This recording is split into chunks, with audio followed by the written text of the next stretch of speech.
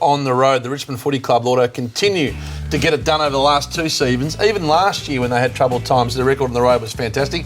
This is a record no club in the last 5 to 10 years has been able to put together away from home. Yeah, it's an unbelievable record, Hutch, but it means nothing if you're not winning in Melbourne either, to back those interstate records up. But at the moment, I would have thought that the last 6 weeks has been as good a patch of football that I've seen in probably the last 6 or 7 years. I know they won 9 in a row last year, but I think this is better. Why?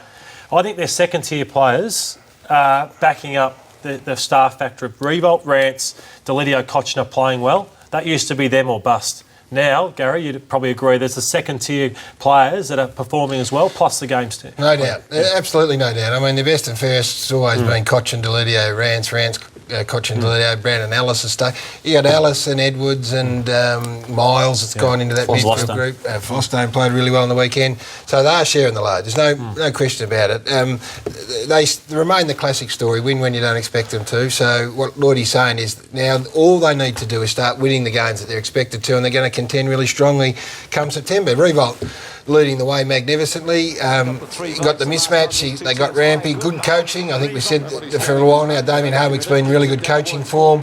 He was able to mix and match. He was able to get him up the ground and back at the right time, Damo. Guys, tell us why this is now gelling, why it's now working when it didn't in the first 6 weeks. Well, the 3 tools, I know you and I have discussed this often. Sometimes it looks like it's a nightmare and a bust, and other times it can engage 2 defenders, which allows Revolt to push up deep. And look, I think he's learning. I think he's become more educated as a footballer in the process, and sometimes you can baffle people about leading patterns and running patterns for a forward. Well, I think the penny's dropped for Jack, and he's doing it beautifully. And when you win 5 out of 6, it means your midfield's travelling quite well, and I think it's making a big difference for Revolt. In contrast, the Swans are getting a little 1 and 2 dimensional, aren't they? Well, Buddy Franklin, I mean, you can't be blamed for going through him. He's such a charismatic figure. But, I mean, in the end, Lloydie, this was embarrassing not embarrassing, because all players, no matter how good you are, get beaten. But at this stage of the game, after going to Buddy 4 or 5 times and getting outpointed by Rance, he had to take a sacrificial role. He's on a gun player here in Alex Rance, who was at the top of his game, and there's one in particular I want to show right at the end of the game here.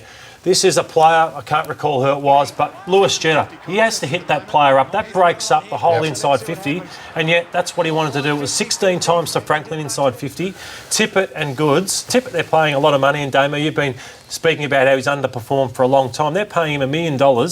They went to him 4 times inside 50. Well, in the end, you're screaming out, you're saying, stop going to Buddy and Rance. Take Rance away from the contest. Try and isolate another defender deep. And they did. Tippett went to the goal square. Chaplin is a defender who doesn't want to play on the last line as a rule. They've been trying to get him loose across half-back. Tippett took him to the goal square. Look at the score here. Look at the minutes to go. 1 out. Bang. Turned him around. Goes back. Kicks a goal. I'm sitting at home thinking, fantastic coaching from John Longmire. And then the next ball up is in the middle of the ground. Guys, what I'm hearing here is you're questioning John Longmire in this conversation as much as observing how that ball came in. Well, I'm applauding him, first off, for making the move, for getting the Tippett into the 1 out with Chaplin, but I'm questioning why he wasn't left there. 77 apiece with 3.5 minutes to go, and you just That would have been automatic though, wouldn't it? It wouldn't have been like him on the phone saying, get Tippett in the ruck. Well, Hutchie, you've got a phone and you've got a runner. Doesn't always work, and just what I'll say on that, Hutchie, is Alistair Clarkson removed what we saw on Friday night to help Hawthorn win a premiership. And Johnny Longmire's got himself in a situation where he's in exactly where Hawthorn were 3 years ago. The 2 men we're talking about, Tippett and Franklin, have both been effectively suspended for 1 week. I don't know how Franklin only gets 1 week for that, choosing to go off the ball and take Edwards out. And while he played the game out, he was concussion tested for 20 minutes. There obviously was some concern at the time. 2 weeks down to 1? 2 weeks down to 1. It's been accepted, as this has been 2 weeks down to 1, been accepted. Now, they ran out there and said, yeah, we'll take it. That could have been... The match review panel's softer than the last one, isn't it? I don't know what it's doing, Hutchie. I mean, it let Michael Frito off a couple of weeks ago when he fed ink and punched Buddy Franklin in the back of their head. So, look, those 2 players have accepted those 1 weeks. We shouldn't go knee-jerk on the back of one game, but the back half for the Swans is going to be an ongoing challenge. And it's Richards and Grundy who have been so set for such a long time in the 2 key posts, and I think opposition clubs will go to work on them. They'll try and drag them out of those positions. They'll try and move them up the ground and turn them around and not let them get set. It's as basic as if Teddy Richards can face up the ground, he's a terrific player. I mean, Grundy there should have taken the mark. So I'm not saying they're gone by any stretch of the imagination. They're going to be very much in the hunt, but clubs have gone to work on them, no question. I think it's a great thing about our season, Hutch, that you can pick holes in so many sides, and Sydney were exposed by the pace of Richmond on Friday night. Adam Goods was in the news again. His club reacted angrily today, Damo. Yeah, they did, Hutchie. I mean, this question, is this a sackable offence? It was on the lead page of the Herald Sun.